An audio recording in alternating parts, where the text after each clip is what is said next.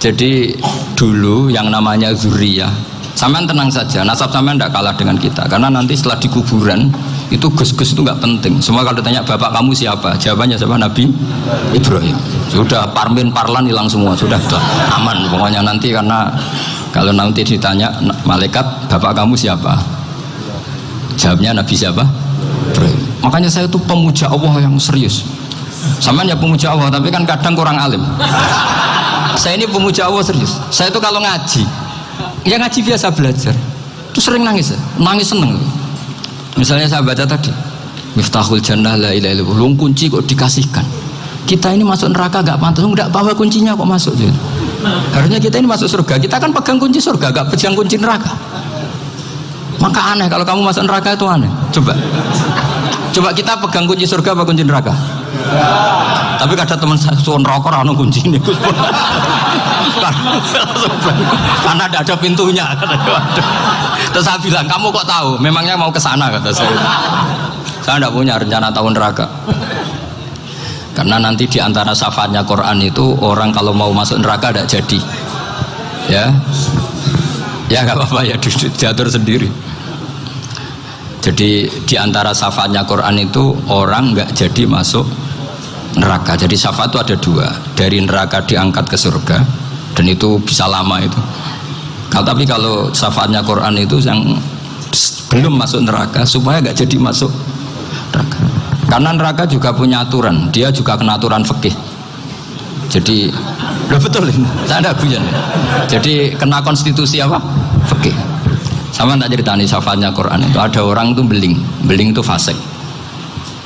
Itu dihafal surat Tabarok. Hafal betul.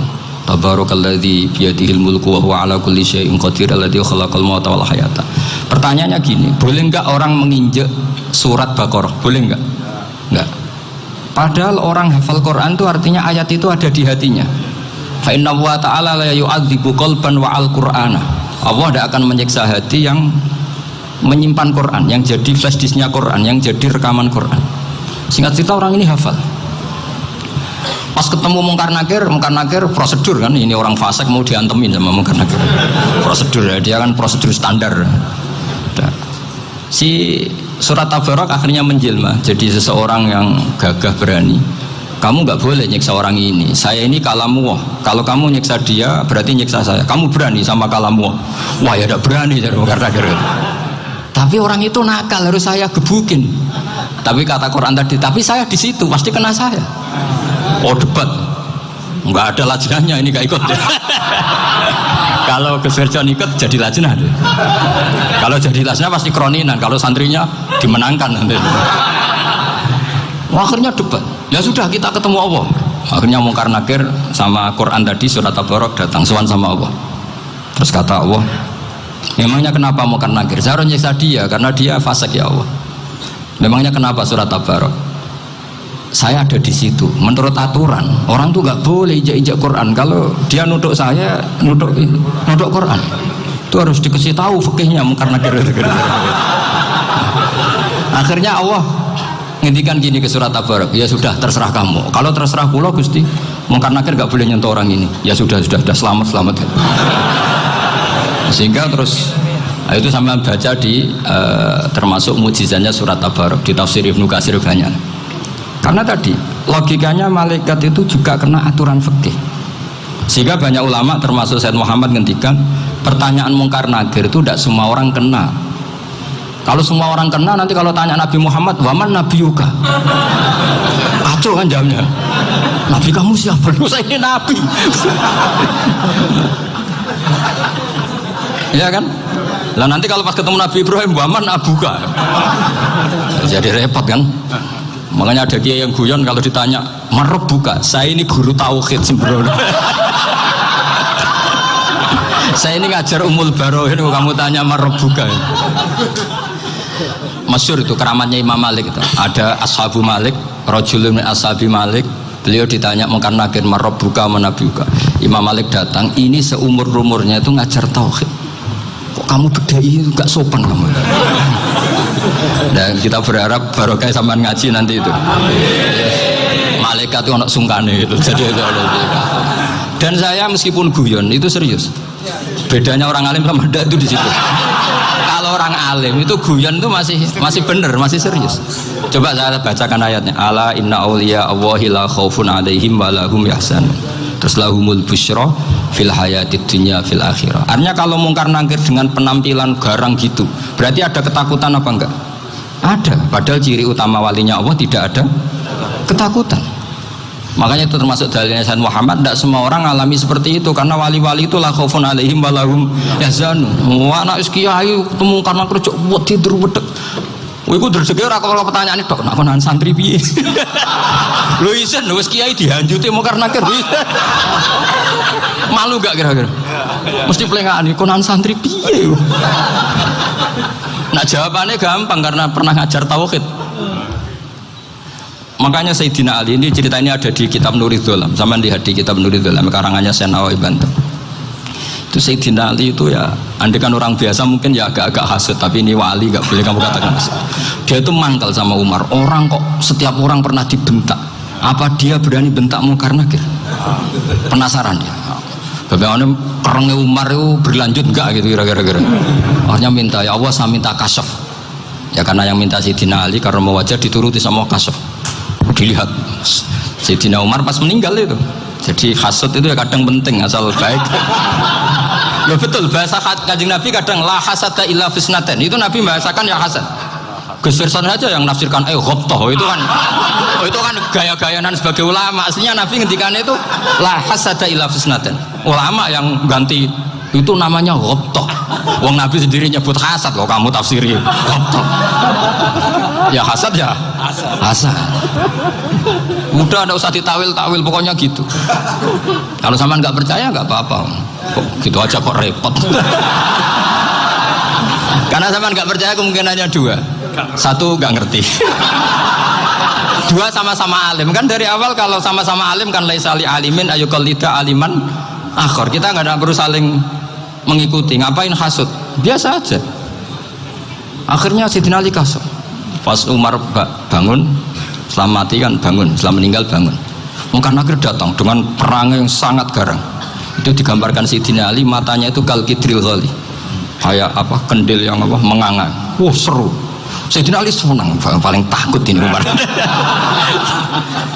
Senangnya bukan main, wah ini mesti takut Umar. Biasa. Ternyata enggak, Umar malah bangkit. Woi mungkar nakir deh. Kamu tahu menghadapi siapa?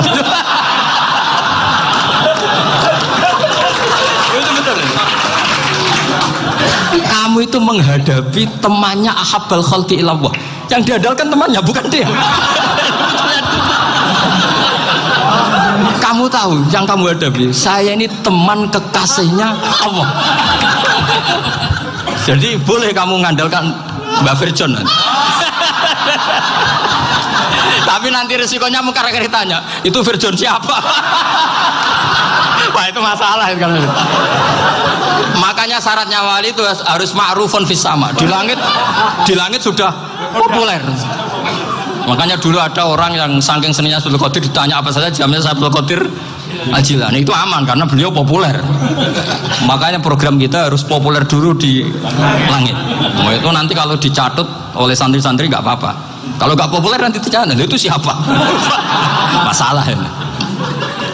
Umar itu yang dibanggakan itu, kamu tahu saya siapa? Ya enggak tahu, saya ini temannya kekasihnya Allah. Temannya Muhammad, iya Muhammad Rasulullah. Wah mikir, waduh repot. Loh di dunia aja gitu kan, temannya presiden, temannya panglima, apalagi ini temannya Sayyidul Awalin wal Akhirin. Di dunia aja bilang temannya presiden, menteri, orang sudah takut, apalagi ini temannya Sayyidul Awalin. Hanya karena terus konfirmasi sama Allah, gimana ya Allah ini ngadepi. Sebetulnya diandalkan itu temannya, bukan dia. Wah, akhirnya sama Allah dibilang, ya bu, ya sama seorang seperti itu bu yang sopan. Terus semenjak itu mungkar nakir itu nggak selalu berpenampilan seperti itu, sangat. Jadi semoga itu konsisten sampai nanti. Jadi kamu kalau ingin nggak takut mungkar nakir, jadi wali. Karena sarannya tadi hanya wali sing la khaufun alaihim wa lahum yahzanun lahumul busyra fil hayatid dunya fil akhirah. Jadi orang itu kalau ngaji itu harus khatam. Jangan semuanya kena pertanyaan. Dan kalau semuanya kena pertanyaan nanti repot. Kalau Nabi Muhammad ditanya waman Nabi juga. Nabimu siapa? Lu kan terus jadi aneh. Jadi makanya ngendikane Sayyid Muhammad semua ulama lah, nggak ada am kecuali ditaksis, kecuali sifatnya Allah. Misalnya bikulli syai'in alim, ya benar-benar bikulli syai'in. Tapi kalau am semuanya pasti ada taksis, meskipun dalam muhawarah muhadasah biasa. Misalnya contoh gampang, istri kamu baru seneng kamu, mas nak pengen apa-apa itu lapor aku, gak apa-apa mas, mesti aku seneng sama lapor. Iku dia pengen wayo, langsung jadi apa wae. Mesti apa wae maksudnya kecuali itu gitu. Padahal kalau ngomong mas sampean ingin apa saja tak dukung. Terus sampean bilang kepengin iku wayo. Kira-kira disetujui apa enggak? Sama seperti kita kalau punya teman akrab, wes nang omahku gak apa-apa, anggap ya omahmu dhewe. Terus mlebu-mlebu kamar. Jadi tidak ada am kecuali ditaksis. Artinya kalau ada cerita bahwa orang mati pasti ngalami ditanya mungkar nangkir, itu pasti ada am yang ditaksis. Itu pasti tidak dialami para anbiya, para auliya. Karena ciri utama wali itu la khaufun alaihim walahum yahzanun. Kemudian saya yang mau cerita ya, supaya sampean bisa menghadapi dunia global ini, tak bawa tafsir Munir termasuk tadi. Kenapa orang Islam, Rasulullah SAW itu lebih senang kalau yang menang itu orang Nasrani Romawi, ketimbang yang menang itu orang Faris, dalam hal ini ateis. Karena orang ateis itu lebih ngeri. Sebetulnya beberapa penemuan sains, terutama di ilmu medis, itu orang Amerika, kayak cloning. Tapi orang Amerika itu masih dilarang oleh gereja untuk mengaplikasi, karena nanti bayi cloning itu dipakai suku cadang.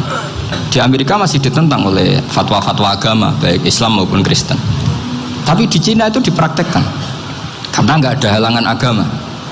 Di Cina itu biasa ada kondom diolah lagi jadi alat-alat aksesoris. Di Amerika tidak ada karena masih ada agama, masih ada larangan. Sehingga orang Islam itu lebih takut kalau yang menang itu Persia, karena terus cara berpikir ternyata Tuhan itu tidak ada, langit tidak ada perannya. Jadi ketika yang menang Nasrani masih berpikir itu pertolongan Tuhan, meskipun mungkin cara mengatakan Tuhan beda dengan kita. Tapi ada satu kesamaan bahwa kekuatan samawi itu ada. Nah, itu disebut ghulibatir rum fi adnal ardi wa hum min ba'di ghalabihim sahlibun. Di sini diterangkan oleh Syekh Nawawi supaya kamu tidak salah paham. Sebetulnya kamu katakan misalnya wah itu paham liberal, sebenarnya saya tidak tersiksa. Cuma takut yang mengatakan seperti itu cek goblokir atau ngaji gitu. Itu aja masalah saya. Ini saya baca ini karangannya Syekh Nawawi, karena tadi kata Mbak Firjon ngaji itu harus sama orang yang bersanad. Saya ini kalah sama beliau itu berkali-kali. Secara nasab saya harus manggil Mbah. Secara silsilah ilmu saya juga kalah lagi. Saya sering disewani sama cucu-cucu Syekhona Khalil. Kiai Siddiq itu termasuk murid dekat beliau, Syekhona Khalil. Kalau itu berarti kan Gus Firjon, Ahmad, terus Mbah Siddiq. Mbah Siddiq ngaji Syekhona Khalil. Syekhona Khalil itu pernah ngaji langsung sama Sayyid Zaini Tahlan. Berarti beliau dari Sayyid Zaini Tahlan itu baru generasi kelima. Sementara saya itu sudah ke-7 atau ke-6. Saya, Mbah Mun, Mbah Karim misalnya, Mbah Hashim, Mbah Mahfud Termas, Sayyid Abi Bakar Sato yang ngarangnya Anatul Talibin, baru Sayyid Zaini Tahlan. Berarti saya ke-7, kalah lagi. Tapi untuk jadi wali biasanya cepat saya. Karena syaratnya jadi mbah itu ngalah demi putu. Jadi kalau beliau ngotot, saya dulu Gusti, saya mbahnya. Wah itu mbah yang nggak baik. Pasti jatahnya dikasihkan apa? Cucunya dulu. Makanya Abdul Muthalib itu orang yang dapat wangsit, tapi yang jadi nabi itu cucunya. Jadi dalil saya banyak. Sebenarnya Abdul Muthalib itu sudah sering dapat wangsit. Karena saya bahasakan wahyu, Nabi yang protes, enggak nabi kok dapat wahyu. Tapi sebetulnya Abdul Muthalib itu masyhur itu. Kalimat-kalimatnya menunjukkan bahwa beliau itu sudah dapat wahyu kalau nanti cucunya itu jadi apa? Nabi. Makanya senangnya bukan main Abdul Muthalib sama Rasulullah. Putu seneng, mbah seneng putu. Jadi mungkin, jadi sampean enggak usah protes loh. Yang jadi wali kok cucunya. Betul. Dulu Mbah Hamid Pasuruan itu kalau Mbah Ahmad Siddiq ke sana, Mbah Hamid Pasuruan kalau manggil Mbah Ahmad Siddiq itu paman. Tapi pamannya minta ijazah ke ponaan. Apa ya gara-gara itu memang.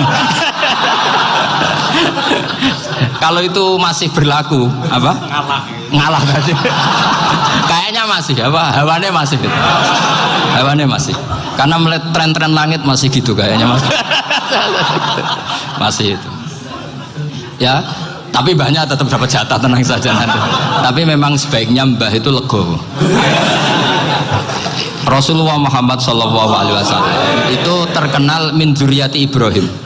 Tapi kata Rasulullah, ana dakwatu Ibrahim wa bisyaratu Isa. Aku nganti ngene iki barokah dongane Nabi siapa? Ibrahim. Jadi dongane Nabi Ibrahim ya tiba teng putu. Jadi banyak bukti bahwa jatuhnya ke putu gitu. Tadi saya di kamar sama beliau berduaan.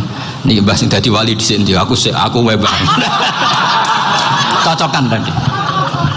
Nah, kenapa saya akhir-akhir ini gulirkan daftar wali? Kenapa?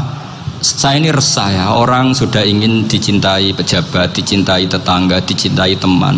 Tapi kadang-kadang orang lupa lagi dicintai Allah. Makanya saya meskipun guyon, tapi ini amdan, bukan sahwan. Supaya orang punya cita-cita lagi jadi wali, ingin dicintai Allah. Kita ini terlalu lama ingin dicintai makhluk. Boyau naik kelas sedikit lah. Ingin dicintai Allah Subhanahu. Meskipun saya guyon, tapi tadi guyon saya tuh lebih serius ketimbang serius Anda. Karena tak pikir saya tuh kalau pergi itu seneng ngebis, bukan karena saya tidak punya mobil, tapi saya sering mau butuh itu supaya gak diganggu, karena saya tuh harus punya waktu sendiri. Kalau ngebis kan ketemu orang gak kenal, tapi sekarang ya gak susah, banyak yang kenal. Dan susahnya lagi gak minta ijazah, minta foto. Aduh,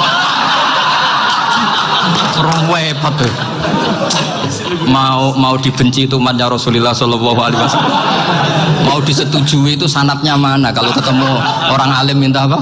Foto. Itu nggak ada sanatnya. Nggak tahu saya itu mazhab dari mana itu. Ya mazhab milenial yang jelas itu kan. Ini tak baca ya biar dapat, karena ini kenangan saya sama Mbah Ahmad Siddiq. Saya masih ingat betul beliau ngisi hallnya Mbah Abdullah bin Umar, berarti abahnya Mbah Hamid. Karena mbah saya itu Fatimah binti Khalid bin Umar, kalau Mbah Hamid itu Hamid bin Abdullah bin Umar. Itu saya masih ingat betul zaman itu Mbah Hamid setiap hall di Lasem itu rawuh, dan saya derek mbah saya karena masih misanan datang ke Lasem. Itu beliau pas itu ngisi sama Mbah Mun. Mbah Mun masih muda, Ki Ahmad Siddiq sepuh senior. Itu beliau cerita bahwa dulu ketika Indonesia dijajah Jepang itu para kiai mimpi dibacakan ayat khulifatir rum fi adnal ardi wa hum min ba'di ghalabihim salim. Terus ada kiai yang tanya, takwilannya gimana? Ya nanti Jepang pulang bukan karena kita yang mengalahkan, tapi Jepang ada yang mengalahkan sendiri meskipun tidak kita. Kayak dulu Faris tidak dikalahkan Islam tapi dikalahkan Romawi, tapi yang senang umat Islam. Wa yauma idzi yafrahul mu'min. Itu luar biasa ulama-ulama kita. Delalah kejadiannya Indonesia seperti itu, yaitu kita tidak mengalahkan Jepang, tapi Jepang pulang sendiri karena dikalahkan apa? Sekutu. Ya ini saya baca. Ini tidak usah dicek bacanya bener apa enggak, sudah aman apa? Aman. Karena kalau saya salah itu ya sengaja. Artinya ya sengaja saja. Ya biasa maksudnya. Saya kemarin ngisi di Pondok Pelosok, di Pondok Al Munawir Jogja. Salah itu ada dua, ada salah memang benar-benar salah, itu nggak apa-apa, bisa dimakfu, karena mesti sangke wong goblok salah yang terus itu. Ada salah bawaan ilmu, itu repot tuh dan ini. Karena misalnya kita yang biasa belajar qiraah sabah wayah sibuhu, mesti diulang lagi wayah sabuhu. Karena qiraahnya Imam Asim itu hasibah yah sabu bifathis sin. Sementara kita kalau ngaji kitab kulino yah sibu. Sehingga kita yang biasa belajar sabah itu kalau baca kitab itu kayak orang bingung. Kadang-kadang yang ngaji juga bingung. Gus Pak mau di bulan pilih. Ya tepat-tepatan. Ada yang mengatakan Gus Pak bingung, ada yang mengatakan Gus Pak alim alama. Ya tepat-tepatan nasib tadi. Karena memang ya sabah memang seperti itu. Misalnya kufuan itu Imam Asim baca kufuan. Tapi beliau punya murid namanya Syu'bah. Itu kalau baca kuf'an. Makanya kita itu, ini kan khataman Quran ya, jadi saya menyinggung sedikit tentang qiraah sabah. Tadi beliau juga sudah tak kasih kitab saya Hifdzuna Li'adal Mushaf. Sama tak ajari latihan sabah, memang angel ya. Makanya yang nggak bisa itu wong pinter, sudah tahu angel ya nggak usah diteruskan kan. Orang menghindari barang angel itu pinter apa goblok? Pinter. Berarti wong goblok pinter. Saya tuh makanya sama orang goblok tuh respect. Jadi orang alim tuh angel apa gampang? Angel. Menghindari barang angel pinter apa goblok? Loh, orang menghindari barang angel pinter apa goblok? Pinter. Berarti wong goblok pinter. Jadi saya sama orang-orang goblok itu respect. Sudah tahu jadi orang alim angel, ya barang angel ya harus dihindari.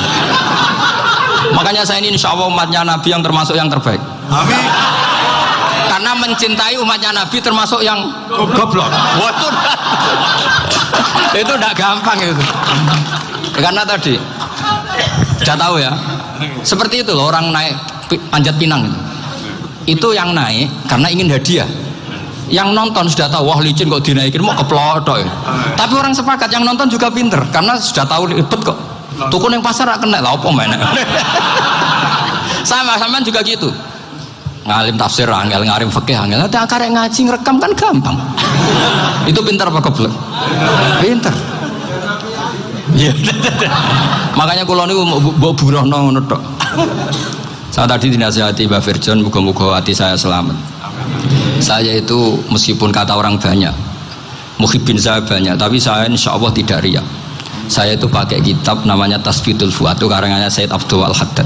Ketika beliau punya muhibbin banyak ditanya, bagaimana ya Habib Anda menjaga hati Anda?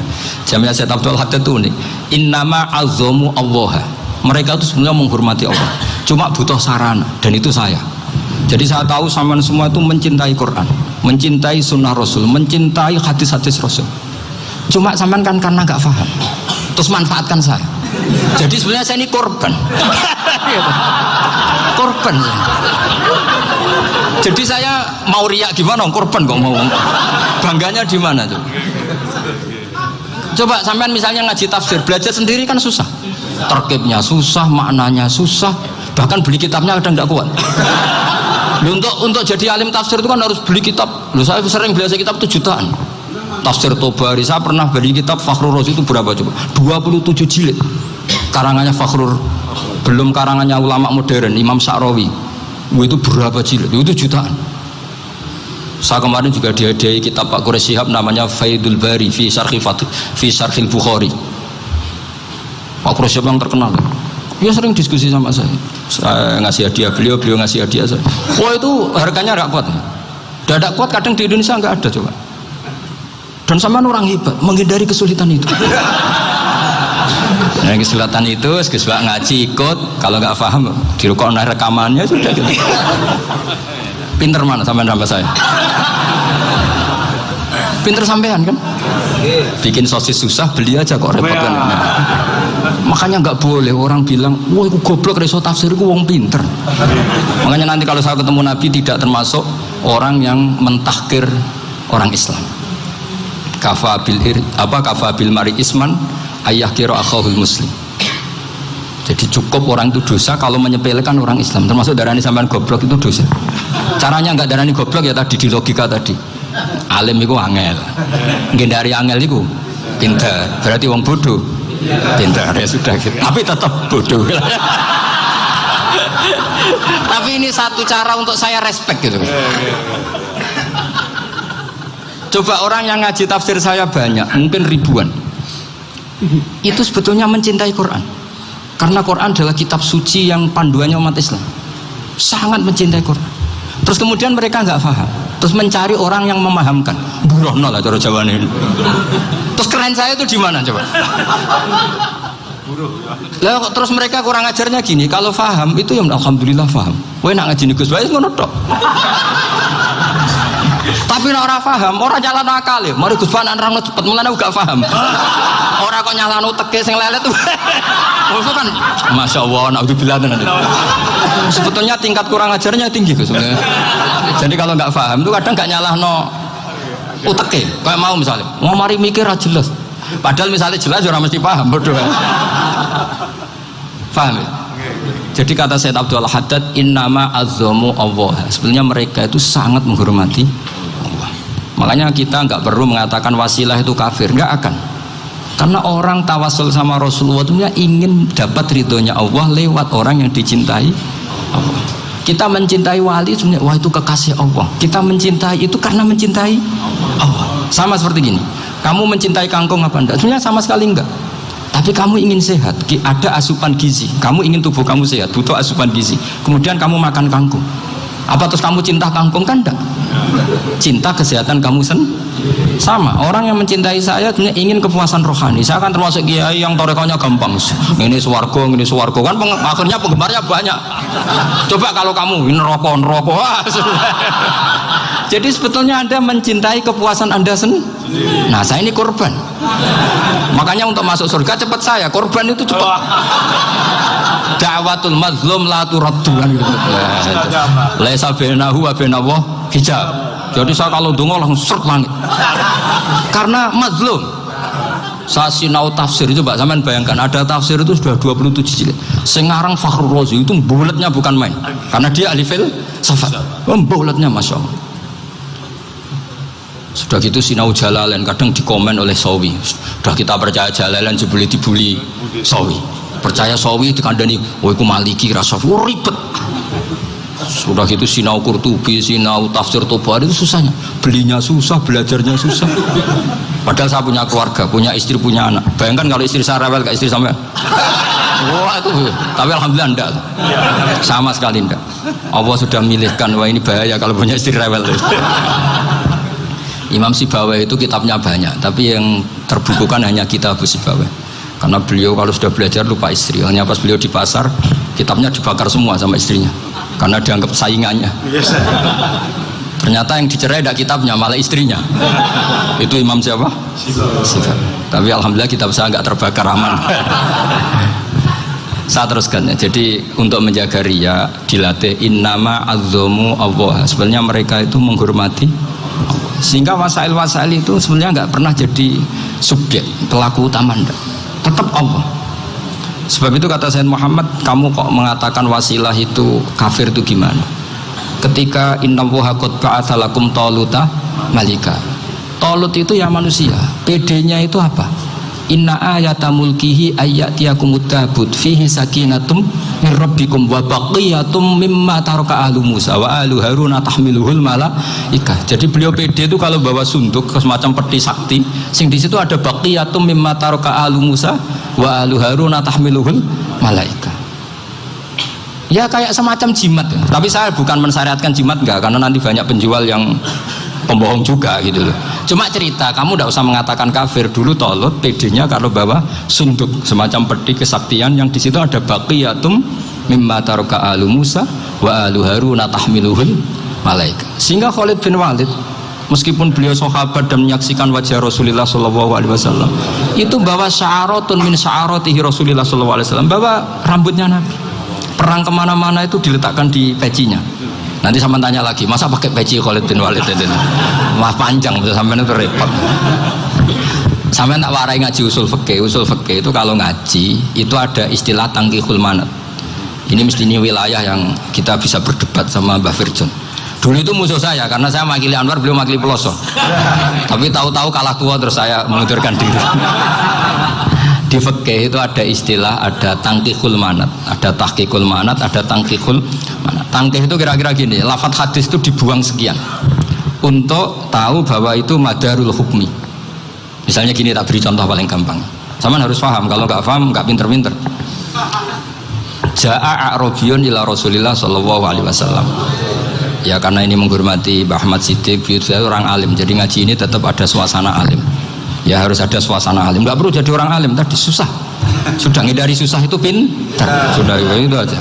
Jadi orang alim susah, ngindari barang susah pintar, berarti orang tidak alim pintar.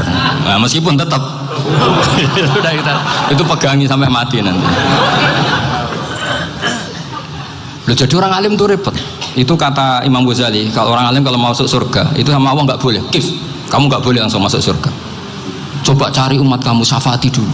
Lah saya takut nyari sampean tidak bisa kembali. Saya tidak punya rencana itu. Pokoknya mau masuk.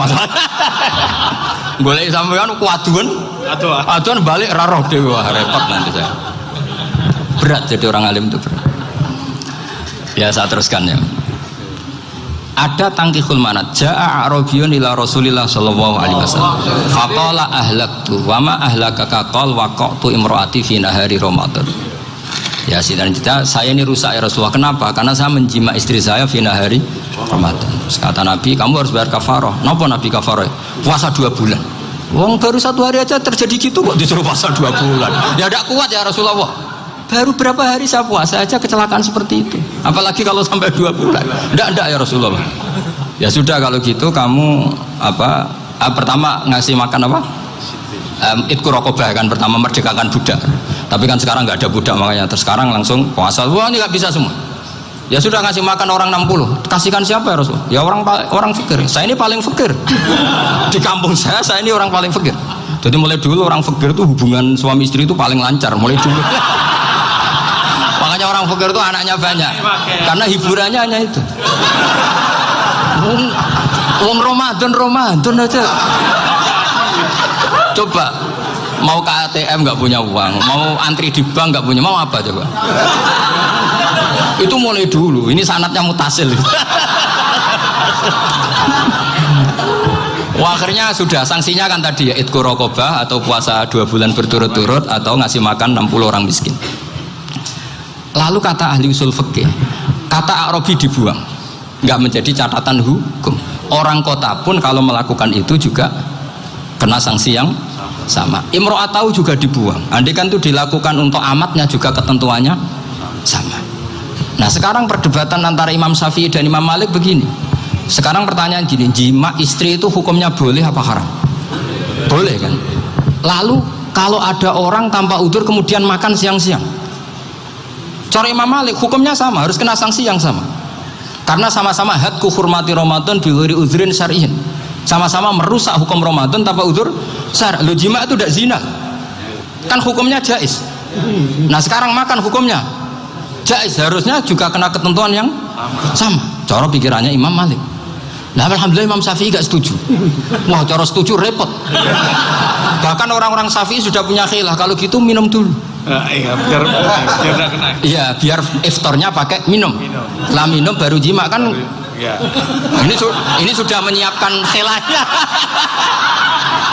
Ini khas Syafi'i ini, bongsong rekayasa hukum. Nanti bisa belajar jauh cara ngakali hukum. Makanya guyonan yang masyhur Gus Dur itu gitu. Ada seorang kiai atau Gus lah, ya punya salah, namanya manusia kan punya salah, entah cangkruk entah apa, pokoknya punya salah.